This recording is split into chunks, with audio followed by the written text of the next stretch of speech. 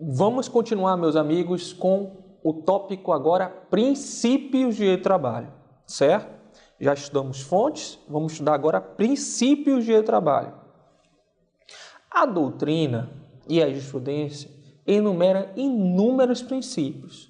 Todavia, eu separei o que cai na sua prova ou os principais princípios que são cobrados nas provas. Antes de falar quais são esses princípios de trabalho, é importante ressaltar que o princípio, ou qualquer princípio, ele tem três funções. Quais são as funções? A primeira função dos princípios, funções dos princípios, venha comigo. A primeira função do princípio é a função informativa. O princípio informa o legislador no momento que ele está criando a norma. O legislador não vai produzir a norma? Ok, ele vai produzir a norma. Esse princípio, o princípio da proteção, influenciou, por exemplo, o princípio típico de trabalho, o princípio da proteção. O princípio da proteção influenciou o legislador ao criar a legislação trabalhista. Certo? Então, uma das funções dos princípios é a função informativa. Só que o princípio também tem uma função interpretativa. O princípio auxilia o julgador no momento de decidir. Então, no conflito lá de duas normas ou de entendimentos, você pode fundamentar ou auxiliar a sua interpretação com base em princípios, não é? Então, orienta o juiz na aplicação e na interpretação da norma no caso concreto. E o princípio também tem uma função normativa, essa é uma função muito importante. Na ausência de norma, eu aplico o quê? Posso aplicar o princípio. E quantas vezes na vida prática eu decido com base em princípio? Então, eu posso, na ausência de norma, aplicar o princípio, ele tem força normativa, atua como meio de integração, servindo a norma,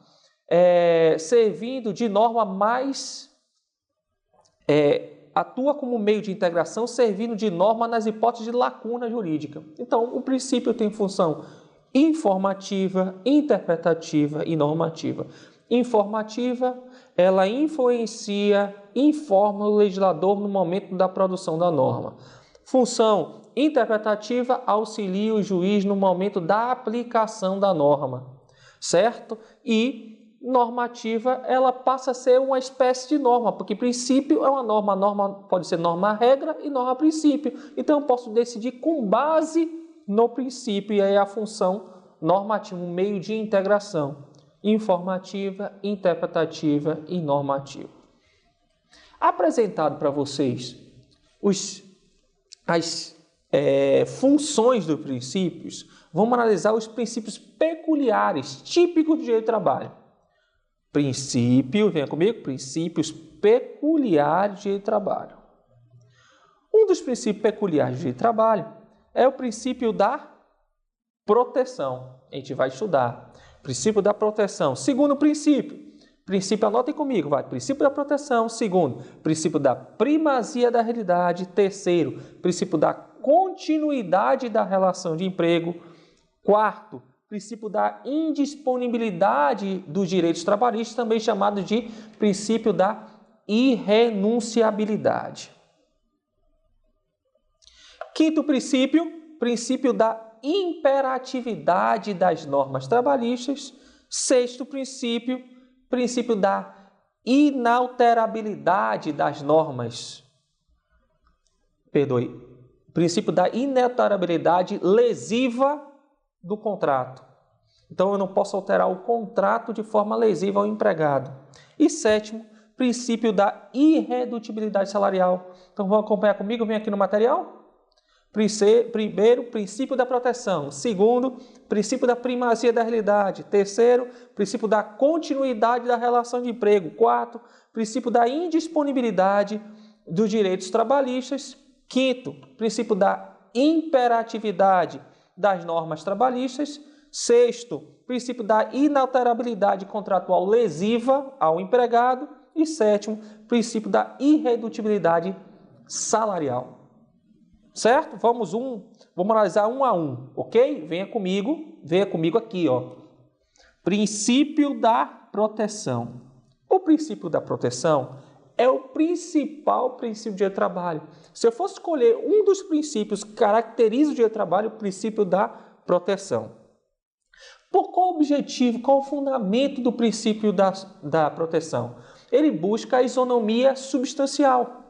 Olhem, perceba, o empregado é fraco economicamente e aí eu dei uma proteção jurídica a esse empregado de tal forma que eles fiquem igual, substancialmente. Isonomia substancial. Vou tratar desigualmente os iguais, eu dou uma proteção maior jurídica ao empregado por ele ser fraco economicamente. Então, o fundamento na isonomia substancial, ok?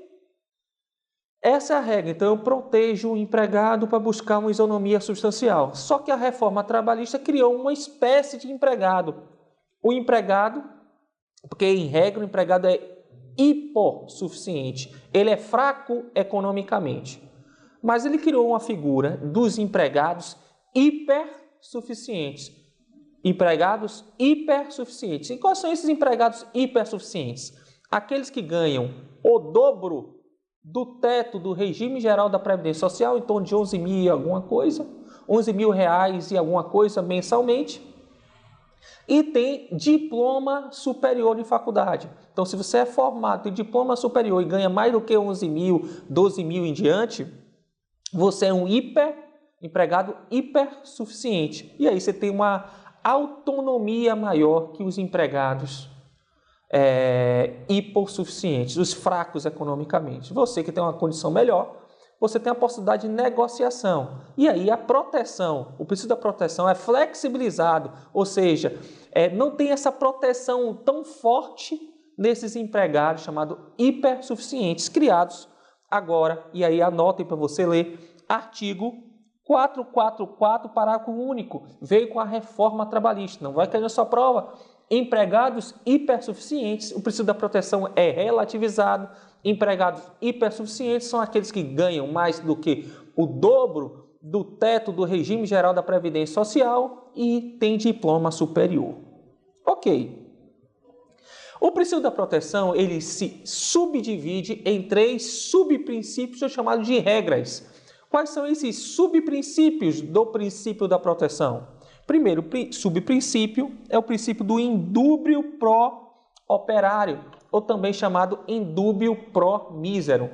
É uma regra de interpretação. Juiz, ao julgar, quando ele está julgando, tem 2 teses jurídicas sobre a mesma norma, 2 interpretações sobre a mesma norma. Quando o juiz vai decidir, verificar qual das teses jurídicas, qual das 2 interpretações a ser adotada acerca da norma, ele vai adotar a interpretação que for mais favorável ao hipossuficiente, ao empregado, ao mísero, certo? Então, o indúbio pro mísero aplica aquela interpretação. Tem uma única norma, 2 interpretações, interpretação A e B, acerca da mesma norma, e eu vou adotar aquela interpretação que for mais favorável ao empregado. Certo? Vamos lá. Professor, então essa é uma regra de interpretação. Professor, você poderia efetivamente me apresentar uma hipótese de aplicação do indúbio pro mísero na prática? Para eu entender melhor, posso. Você manda e eu obedeço. Vamos lá. Quando veio a criação do aviso prévio proporcional, existiu o aviso prévio, mas foi elaborada uma lei, promulgada uma lei, que estabeleceu uma proporcionalidade do aviso prévio para aquelas pessoas que tivessem mais tempo no emprego. Então, a depender do tempo que você tem na empresa, você tem um aviso prévio maior. Pois bem, se você pedisse demissão, você tem que dar aviso prévio. Vamos imaginar, aquele que tem 2 anos de emprego tem 33 dias de aviso prévio. Proporcional, a regra é 30 dias de aviso prévio, mas como são 2 anos, é 33 dias de aviso prévio. Se eu estou pedindo demissão, eu tenho que dar um aviso prévio de 30 dias ou 33? Aplica o aviso prévio normal ou aviso prévio proporcional quando eu peço demissão? Porque quando eu sou dispensado sem justa causa, eu sei que eu vou aplicar o aviso prévio proporcional, porque é benéfico para o empregado. Mas quando eu quero sair da empresa, eu tenho que dar um aviso prévio mais alongado, proporcional? Aí surgiu essa dúvida, quando foi criada essa norma do aviso prévio proporcional. A doutrina e a jurisprudência entendeu que a proporcionalidade do aviso prévio só se aplica quando ele foi dispensado sem justa causa e não quando ele pediu demissão. Perceba, porque qual o fundamento de entender dessa forma?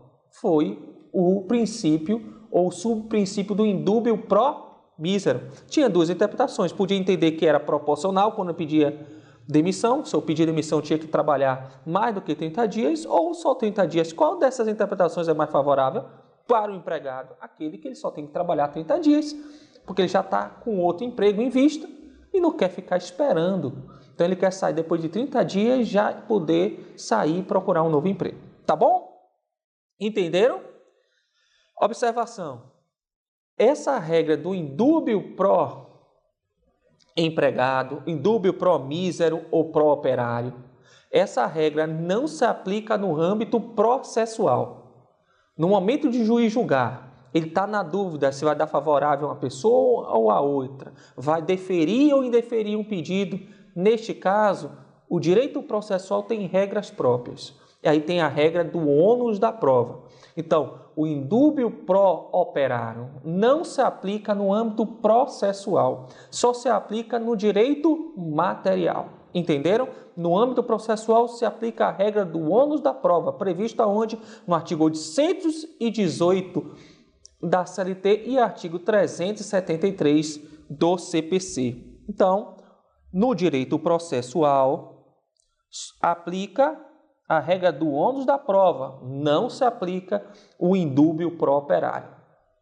Princípio da proteção, primeiro subprincípio, indúbio pro operário. Segundo subprincípio, a norma mais favorável. Ele já falou que no momento que existir duas regras, um artigo, uma lei que fala que o adicional de hora extra é de 50%, 100%, e venha a Constituição falar que é de 50%, eu vou adotar, no conflito dessas regras, eu vou adotar aquela norma mais favorável. Então, a regra de aplicação, não a regra de interpretação, a regra de aplicação. Então, no caso concreto, tendo duas normas regulando o mesmo caso, a mesma situação, eu vou pegar aquela norma mais favorável ao empregado. Ok? Essa aplicação da norma mais favorável traz uma hierarquia que é flexível, porque a norma inferior pode prevalecer sobre o superior, então fica flexível. Então, essa hierarquia adotada no direito do trabalho, em razão do princípio da norma mais favorável, é chamado o critério da hierarquia flexível. Então, no direito do trabalho, a hierarquia do ordenamento ela é flexível, porque vai prevalecer a norma mais favorável, salvo se a norma superior for proibitiva ou de ordem pública. Certo?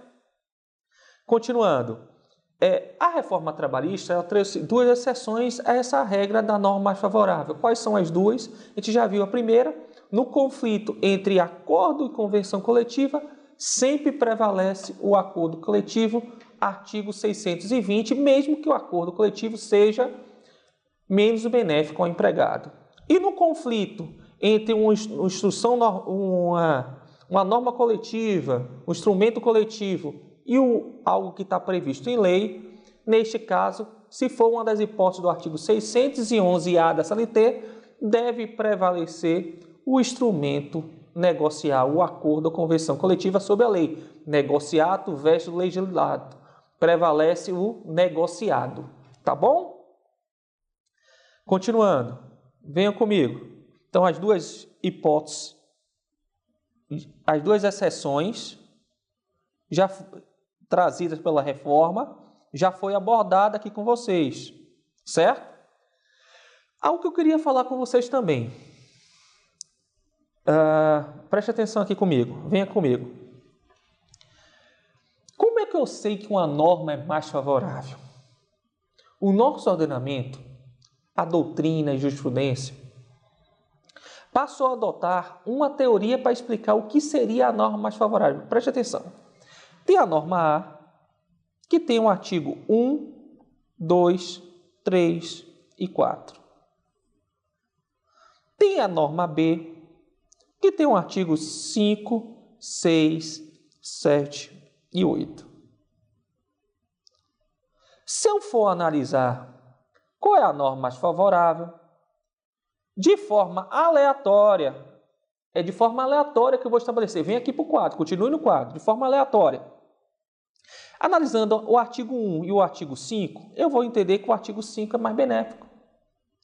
Do 3 e 6, vou entender que o 6 é mais benéfico. Entre o 2 e o 7, eu vou entender que o 2 é mais benéfico. E entre o 4 e o 8, eu vou entender que o 4 é mais benéfico. Aí eu pergunto, qual dessas normas é mais favorável? A norma A ou a norma B? Aí surgiram duas correntes teóricas para abordar o tema. A teoria do conglobamento e a teoria do conglobamento por instituto, que é uma derivação, vamos lá, são duas. Acumulação e teoria do conglobamento. Vamos lá. Pela teoria do conglobamento,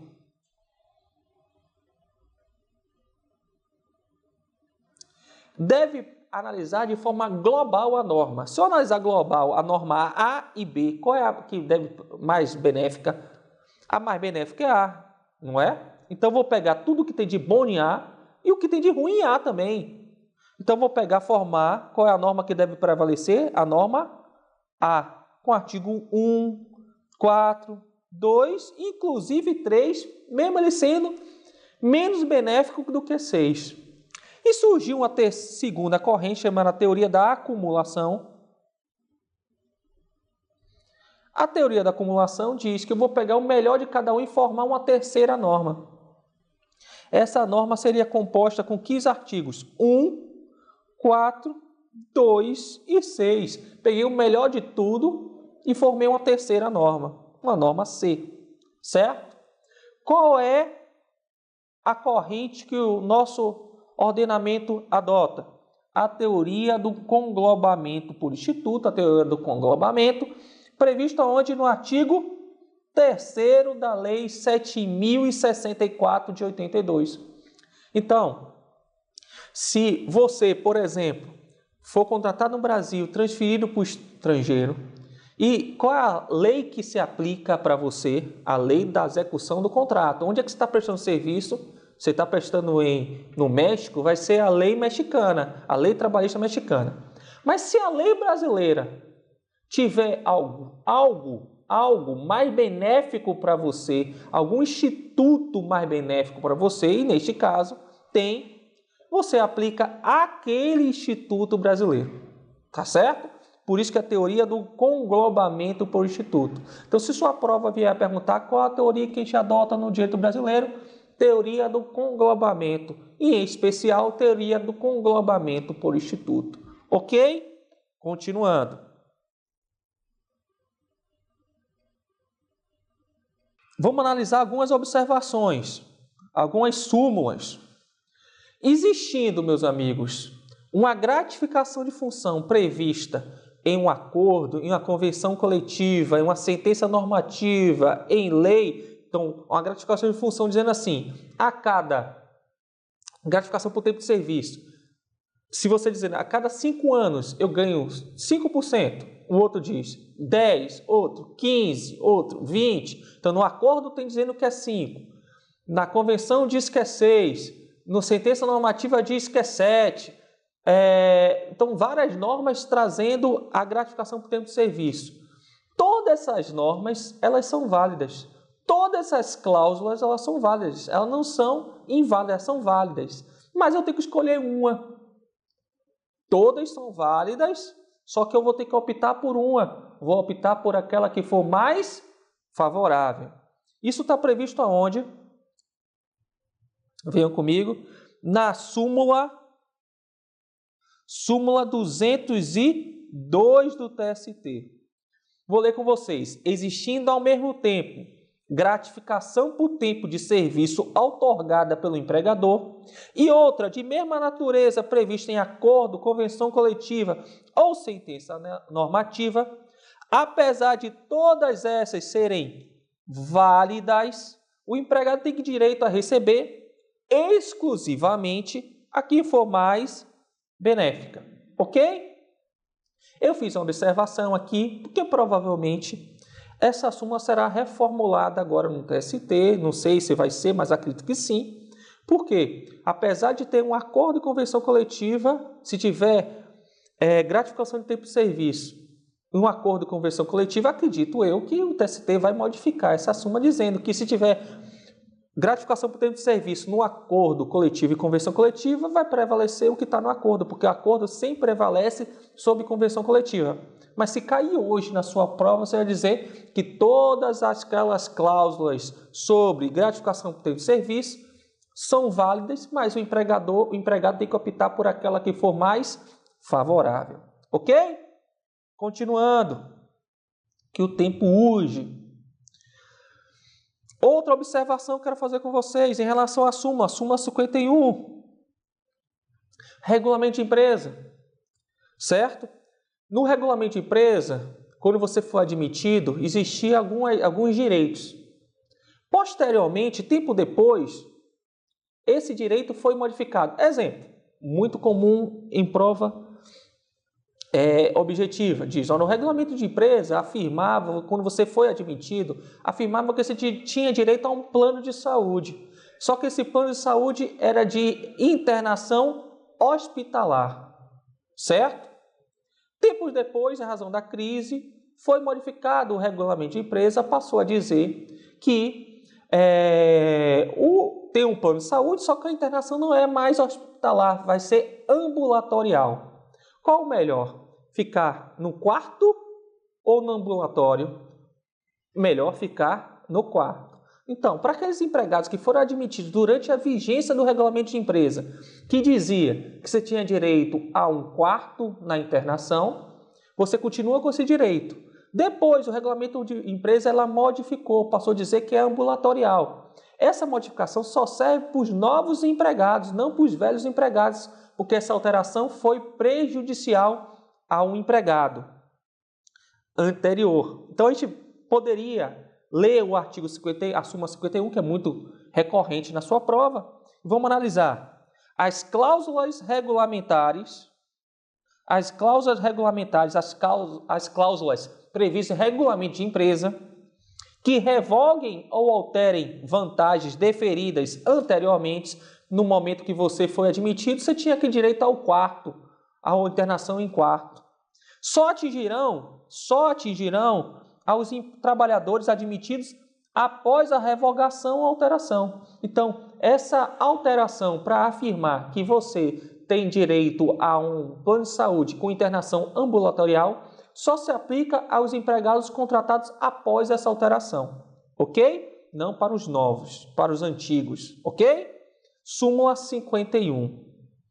Outra observação que eu queria fazer com vocês é da complementação da aposentadoria e eu destaco a súmula 288, inciso 1º. Preste atenção. A complementação da aposentadoria, venha comigo. A complementação da aposentadoria é regida pelas normas em vigor da data de admissão do empregado, observadas alterações posteriores, desde que mais favoráveis ao empregado. Preste atenção. Então, você tem direito a uma complementação de aposentadoria, normalmente previsto no regulamento de empresa. Se a alteração dessa complementação da aposentadoria, se for para prejudicar o empregado, não se aplica. Por quê? A norma que vai ser regido esse empregado vai ser a norma prevista no momento da sua admissão. Então, se no momento que você for admitido, se afirmava que você tinha um direito à complementação de aposentadoria no percentual de 100%, mesmo que seja reduzido posteriormente, isso não te atinge. Só atinge aos novos empregados, considerando que a norma que será aplicada ao empregado em relação à complementação da aposentadoria no regulamento previsto em regulamento de empresa será na data de admissão. Então, vou olhar a data de admissão e verificar qual era a norma vigente naquele momento. Ok? Continuando, observação número 3 é da condição mais benéfica. Neste caso, meus amigos, Preste atenção. Existem normas que se sucedem no tempo. Preste atenção. Eu tinha um regulamento de empresa que posteriormente foi modificado. Qual o regulamento de empresa que irá ser aplicado? Então, existem duas normas que existem em períodos distintos, que se sucedem no tempo e vai ser aplicado aquela norma que for mais benéfica ao empregado. A primeira hipótese que eu quero tratar com vocês é do regulamento de empresa. O regulamento de empresa, quando ele é alterado, essa alteração só serve para os novos empregados, se essa alteração não for benéfica. Então, se eu tenho direito a algo previsto no regulamento de empresa e depois ele é alterado ou suprimido, essa alteração e supressão só é devida para os novos empregados. Isso está previsto aonde? Na súmula 51 do TST. Exemplo típico, se você tem um plano de saúde com direito à internação hospitalar e depois é modificado para uma internação ambulatorial, essa modificação no regulamento de empresa só se aplica aos empregados contratados após a contratação. Essa modificação no regulamento de empresa, que é prejudicial ao empregado, só se aplica aos novos empregados admitidos após a alteração no regulamento de empresa. Para os velhos empregados que já existiam, já foram contratados antes dessa alteração, não se aplica a alteração maléfica. É o que está escrito na súmula 51, a gente vai ler. As cláusulas regulamentares que revoguem ou alterem vantagens deferidas anteriormente só atingirão aos empregados admitidos após a revogação ou alteração do regulamento. Outro direito que eu queria falar com vocês é a complementação da aposentadoria, previsto aonde? Olha a súmula 288, inciso 1 do TST. Você tem que olhar o momento da admissão. Se no momento da admissão você tinha direito a aquele regime de complementação de aposentadoria, a alteração desse regime de complementação de aposentadoria só se aplica aos novos empregados se for prejudicial. Venha comigo, leia comigo. A complementação de aposentadoria é regida pelas normas em vigor na data de admissão do empregado, observando alterações posteriores, desde que mais favoráveis ao empregado. Então, quando eu fui contratado, se eu tinha direito a 100% de complementação de aposentadoria e depois foi alterado, essa alteração não me aplica porque ela é prejudicial a mim e eu tenho que olhar o momento da minha admissão. Só se aplica aos novos empregados. Ok?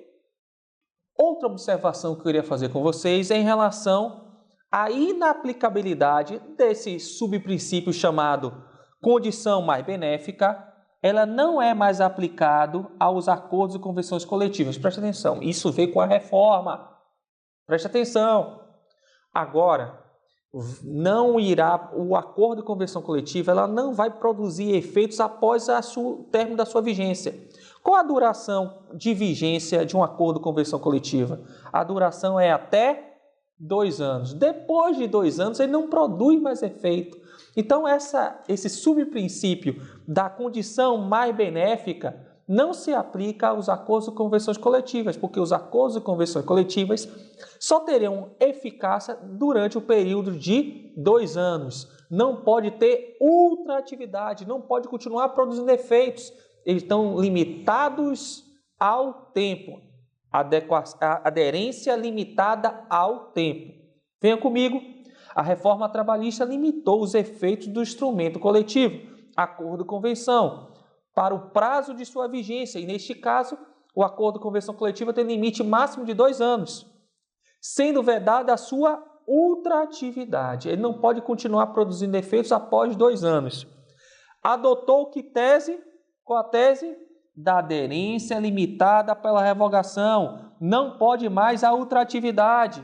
Provavelmente, daqui uns dias, o TST irá cancelar a súmula 277, que dizia que o acordo de convenção coletiva tinha ultratividade, produzia efeitos após o término da sua vigência, continuava produzindo efeitos até que uma nova norma viesse revogá-la. Se não viesse acordo ou convenção coletiva revogá-la ou tratar especificamente sobre o tema, ele continua produzindo efeito. Era isso que se dizia. Acabou com isso. Acabou a ultratividade dos acordos e convenções coletivas. Onde é que eu acho isso? Venha comigo. Grave aí para ler. Artigo 614, parágrafo 3º da CLT. Não será permitido estipular duração de convenção coletiva ou acordo coletivo superior a 2 anos, sendo vedado a sua ultratividade. Ou seja, é 2 anos e não mais produz o efeito após esses 2 anos o acordo e convenção coletiva. Ok? Para o próximo bloco, continuaremos falando sobre o princípio da primazia da realidade.